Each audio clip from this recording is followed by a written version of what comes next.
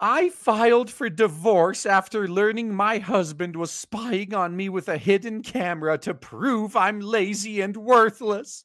But people say I'm the problem. Maybe everyone else realizes that you're lazy and worthless. A stay at home mother revealed she divorced her husband after he installed a hidden camera to spy on her to prove that she is lazy and worthless. And you divorced him because he proved it, am I right? The Waymans, who was from the US, of course, took to Reddit to explain that she felt that her privacy had been violated, so she kicked her husband out of the house that he paid for. However, people were quick to point the finger at the Waymans, saying she was actually the problem. Oh, just wait till you hear the reasoning. It's good. The mother of three explained an argument started when her husband, who was a high earner, claimed that her organization skills weren't up to his expectations after their daughter missed a field trip. How do you screw that up? Oh, maybe it conflicted with her nail appointment or something. So yeah. Sorry, can't be helped. A week after the field trip incident, her husband called her out for neglecting to mail checks to his out to his employees and admitted to installing a hidden camera when he saw her lying down and watching TV despite claiming to be busy. Look, this is what guys like me have been saying from the start. Like, there was a time in the distant past when being a stay-at-home a housewife was a full-time job, when you had to walk down to the market, buy ingredients, cook from scratch at home, do laundry by hand down by the river, tend to the crops on the family farm. There was a time when this was a full-time job, but now all this technology that was designed to make women's lives easier, it's resulting in men asking, like, what exactly am I paying for here? Like, this is just another mouth to feed, and I'm getting nothing out of it. The post read, it's been about a month since I found out my husband had put a hidden camera in our living room to prove that I'm lazy and worthless. And he proved it, didn't he? So you're just mad you got caught. That's what this sounds like. Yeah, this is just like those stories we hear all the time from these Whammons when they get caught cheating because their husband suspected them of cheating and spied on them. And then they immediately cry, oh, I can't believe you didn't trust me. I can't believe you spied on me. But you were cheating on me. You don't get, look, if I spied on you and you weren't cheating on me, yeah, I would feel pretty bad about that. It's like, oh man, I can't believe that I just immediately assumed the worst. But if I think you're cheating on me and you are cheating on me and I catch you cheating on me, those waterworks ain't gonna work on me. All you did was proved my suspicions correct. So it was a small disguised camera hidden inside what looked like a charging block. He stuck one in the living room outlet. We have 3 kids who all have a bunch of chargers and such, so I did not suspect. The point my husband was trying to prove was that my administrative skills are not up to the super stay-at-home mom standards he as a high earner deserves. So, translation, I'm entitled to just sit around the house doing nothing while he earns literally 6 or 7 figures and pays for everything. No, it doesn't work that way. This woman is never going to have a high earner husband again, too. Now, the Whammons went on to explain how it started with her daughter's permission slip for a class trip.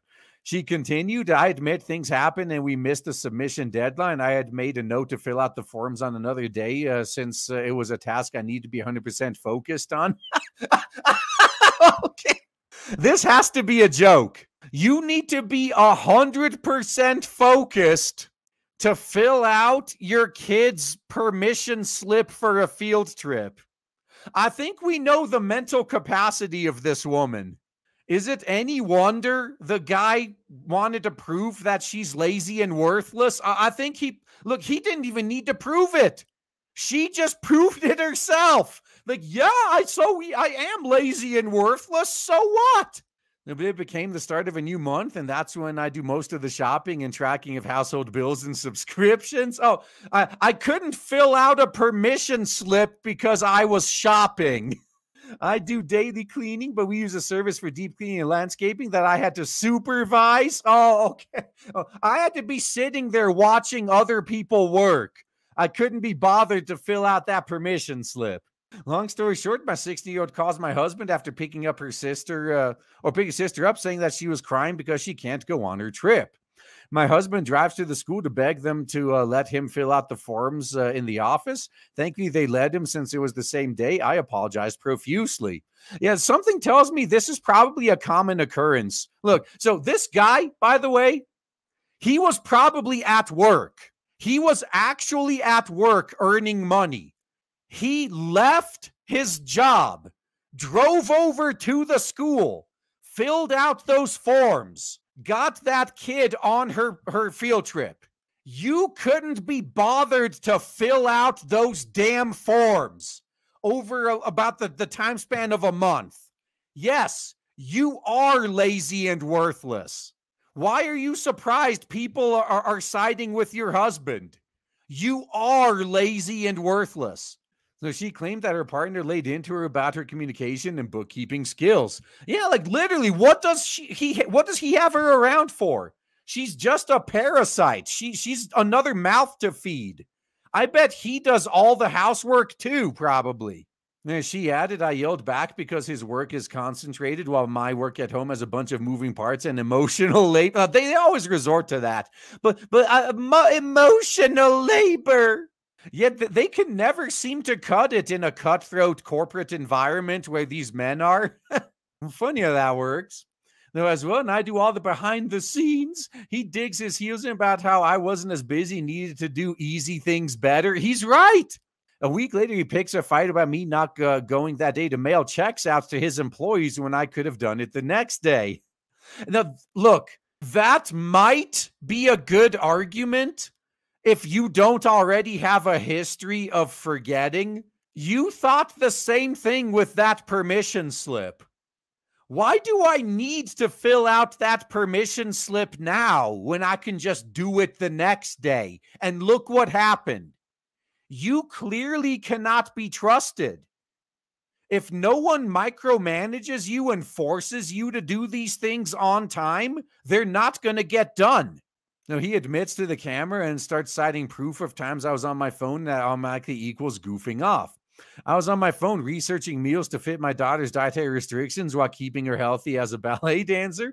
I was looking at subscriptions for frozen but healthy meals that she and the rest of us could have on the go or at home. I'm sure you were. Is that what you were doing when you were watching TV too?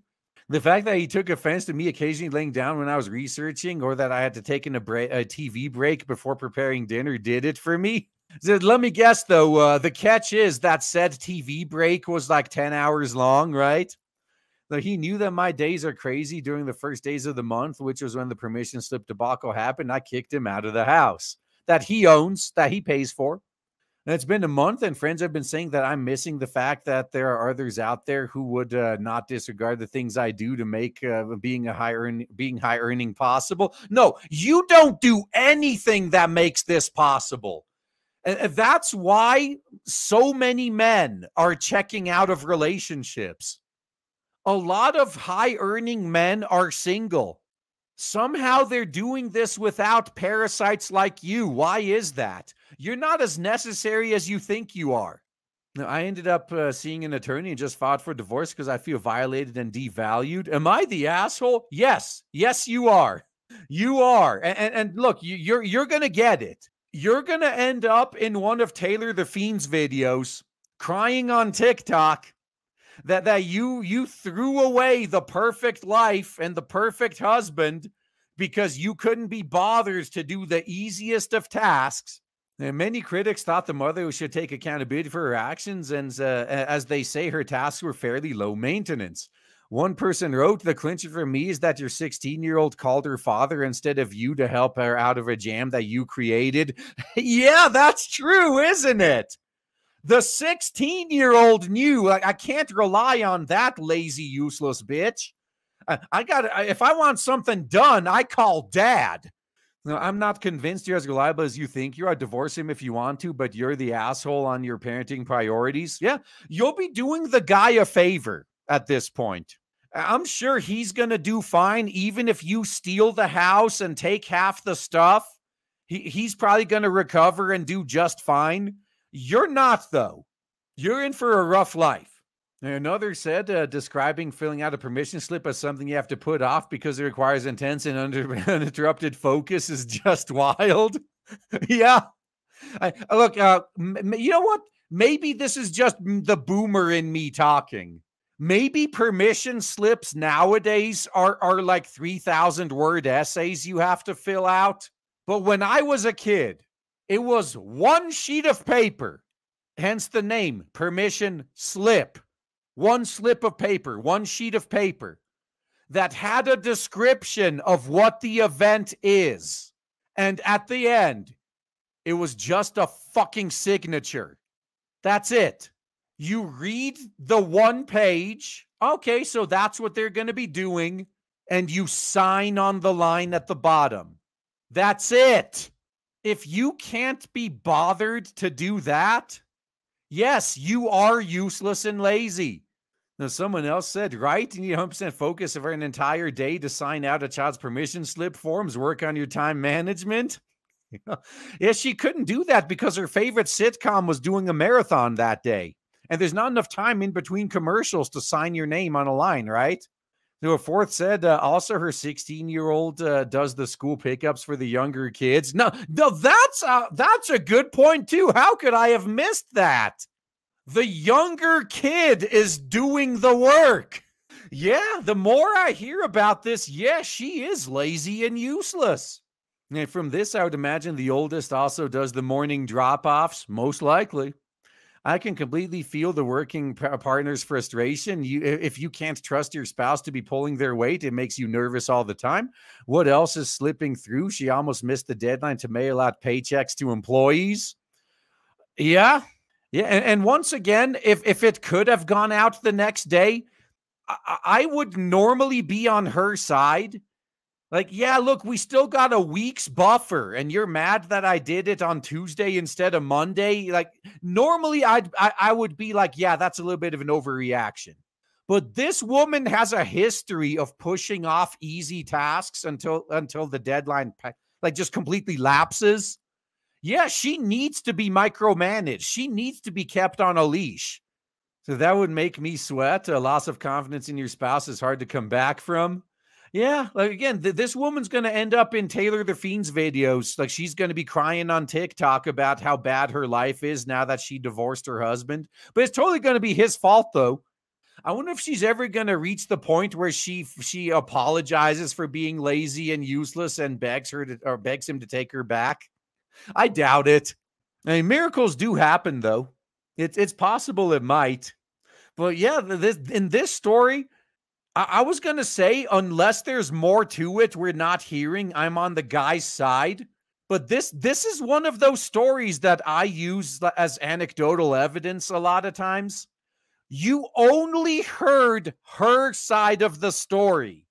You didn't even hear the man's side of the story. And you know that she spun it to be as favorable to her as possible. Her side is the only side you got. And you're still on the other guy's side. That is how bad this is. Even manipulating the story to paint you in the best possible light isn't enough to get people on your side. That's how you know you done fucked up. I don't know if there's any recovery from this.